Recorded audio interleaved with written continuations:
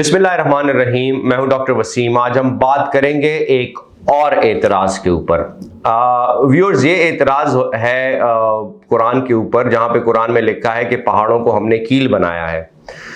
तो गैर मुस्लिम और एथियस्ट एतराज़ करते हैं, और मैं सोचता हूँ ये बहुत ही एक जहालत पे मबनी एतराज़ है, बिकॉज ये लोग अपना होमवर्क नहीं करते और उसके बाद आके जो है वो एतराज़ करते हैं उसके बारे में। क्योंकि मैंने एक वीडियो देखी थी, उस वीडियो के अंदर कहा गया कि ये ऊपर से क्या ये कीलें ठोक दी गई हैं, ये किस तरह की साइंस है और ये क्या है। तो बेसिकली ऊपर से कीलें नहीं ठोकी गई, कुरान में ऐसा कोई जिक्र नहीं है। मैं आपको बता देता हूँ, कुरान में 2-3 जगह जो जिक्र है जो मेरे जहन में है। एक है वल जिबाल औतादा, यानी पहाड़ों को हमने कील या स्टेक या पैक्स बनाकर ठोक दिया है। और एक जगह है वल जिबाल अरसाहा, और एक जगह है व इलल जिबाल कैफ़ नुसिबत, कैसे हमने इस पहाड़ों को ठहरा दिया है, उसको स्टेबल कर दिया, स्टेबिलिटी दे दी है। साइंटिफिकली अगर हम इसको देखें तो एक लफ्ज यूज होता है जियोलॉजिस्ट के यहाँ, जो इस चीज को स्टडी करते हैं, वो से आइसोस्टेसिस।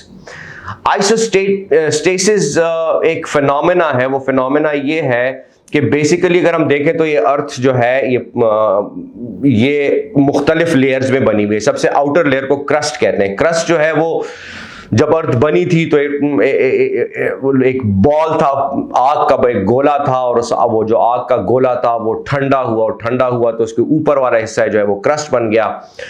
क्रस्ट के नीचे बहरहाल उसके मेंटल है, मेंटल के नीचे जो है वो फिर कोर है। ये मैं ब्रॉड आपको ये 3 जो है इसकी लेयर्स बता रहा हूँ, और ये 3 लेयर्स भी और लेयर्स में डिवाइड होती है, लेकिन ब्रॉडली ये है। अच्छा, अब क्रस्ट जो है, ये क्रस्ट, ये पूरा अर्थ बिल्कुल इस तरह अंडे की तरह नहीं है कि पूरी क्रस्ट है, बिकॉज समंदरों की गहराई भी है, पहाड़ों की ऊंचाई भी है। होता क्या है कि किसी जमाने में इस अर्थ का नक्शा ऐसा नहीं था जैसे आज हम देखते हैं कि अमेरिकाज जो है नॉर्थ एंड साउथ वो अलग हैं, ऑस्ट्रेलिया एक कोने में है, और फिर जो है ये एशिया, यूरोप और अफ्रीका आपस में मिले हुए हैं। इसके आप ढूंढ सकते हैं, इसके मैप्स चेंज थे पुराने। होता क्या था, ये जो पूरे कॉन्टिनेंटल प्लेन्स होती है ना, ये इसको टेक्टोनिक प्लेट्स भी कह सकते हैं। ये टेक्टोनिक प्लेट्स होती, ये फ्लोट करती थी।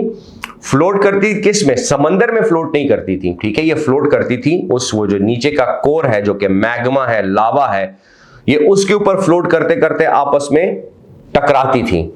और इस टकराव के नतीजे में क्या होता था कि एक लेयर जो है, जो पतली लेयर होती थी वो नीचे चली जाती थी, जो मोटी लेयर होती थी वो ऊपर। जैसा कि फॉर एग्जांपल एक प्लेट का एज जो है वो, एक प्लेट की एज मोटी है और एक की पतली है, तो वो यूं करके ऊपर जाती थी, पतली नीचे और मोटी ऊपर, और इस तरह करके ये लेयर इसके ऊपर चढ़ जाती थी, ये लेयर नीचे चली जाती थी। अब इसमें 2 फोर्सेस वजूद में आती हैं। नंबर 1, जो नीचे का प्रेशर है, लावा का जो आग है उसमें से जो स्टीम और गैसेस निकलती है, वो प्रेशर बनाती है, जिसकी वजह से आतिशफशां फटते हैं। जो कमजोर एरिया होता है उसमें से वो लावा फट पड़ता है। वो प्रेशर नीचे से इन प्लेट्स को, इन दोनों प्लेट्स को, जो अब इस शक्ल में एक दूसरे के ऊपर चढ़ गई हैं यूं करके, इसको ऊपर उठाता है। जब ऊपर उठाता है वो प्रेशर, तो ये वाली प्लेट मजीद ऊपर जाती है। लेकिन जैसे जैसे ये प्लेट ऊपर जाती है तो जाहिर बात है इसका अपना एक वजन है, और जब वो वजन और वो वेट ग्रेविटी के अंडर ये एग्जर्ट करता है यूं करके, जो ग्रेविटी, जो कशिश शकल है उसके, ये एग्जर्ट करते हुए इसको नीचे की तरफ दबाता है।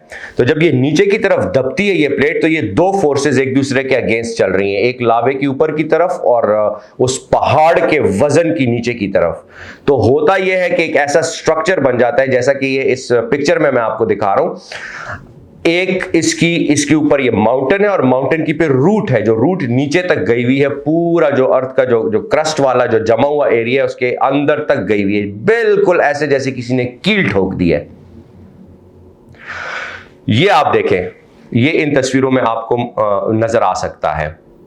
ये फिनोमेना है, इसको आइसोस्टेसिस कहते हैं, जब ये 2 फोर्सेस बिल्कुल इक्विलिब्रियम में आ जाए। इक्विलिब्रियम का मतलब ये कि बिल्कुल ऊपर वाली फोर्स और नीचे वाली फोर्स ये दोनों एक जैसी हो जाए और एक प्रेशर की हो जाए, तो ये इक्विलिब्रियम में आ जाती है, और इस इक्विलिब्रियम को आइसोस्टेसिस कहते हैं। और ये आइसोस्टेसिस बेसिकली स्टेबिलिटी है उन टेक्टोनिक प्लेट्स की, उसको स्टेबल कर देती हैं, उसको बिल्कुल जिसे कहते हैं कि तो उसको थमा देती है कि वो मजीद ना हिले, मजीद इधर उधर ना हो।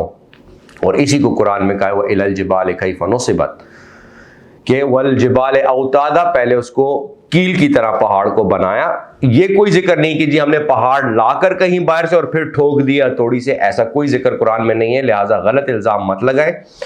ये बेसिकली बिल्कुल कील की तरह है, तशबीह मुशाबहत दी गई है और आप इन तस्वीरों में देख सकते हैं कि मुशाबहत बिल्कुल कील की तरह ऊपर से नीचे तक, और ये दोनों प्लेट्स को स्टेबल कर दिया, जोड़ दिया है, बिल्कुल ऐसे ही जैसे आप दो लकड़ी के तख्ते लेते हैं और उनके ऊपर कील ठोकते हैं या कील लगाते हैं, तो वो जो कील गई होती है वो उसको स्टेबल रखती है, अब वो आपस में नहीं हिलेंगे। तो ये है बेसिकली इसकी हकीकत। तो मैं ये कहूँगा कि जहालत पे मबनी एतराज़ात मत करें, और एतराज़ करने से पहले एक दफ़ा अपना सेल्फ चेक या नॉलेज चेक कर लें कि आपकी नॉलेज ठीक भी है या नहीं, आपको क्या पता है। आप कुरान को पढ़ लें, आप गलत इंटरप्रिटेशन करते हैं, फिर चेरी पिक करते हैं, उसमें से चीज़ें निकालते हैं। मैं अक्सर ये जो वीडियोस मैं देखता हूँ एथियस्ट की, बिल्कुल फजूल आर्ग्यूमेंट्स हैं, इन आर्ग्यूमेंट्स का बहुत दफ़ा जवाब दिया जा भी चुका है, लेकिन हम अपनी सी कोशिश करेंगे। देखते रहिए कॉमन सेंस, और अगर वीडियो पसंद आए तो इसको ज़रूर दूसरों के साथ शेयर कीजिए ताकि दूसरों को भी इसका फ़ायदा हो। अल्लाह हाफिज़।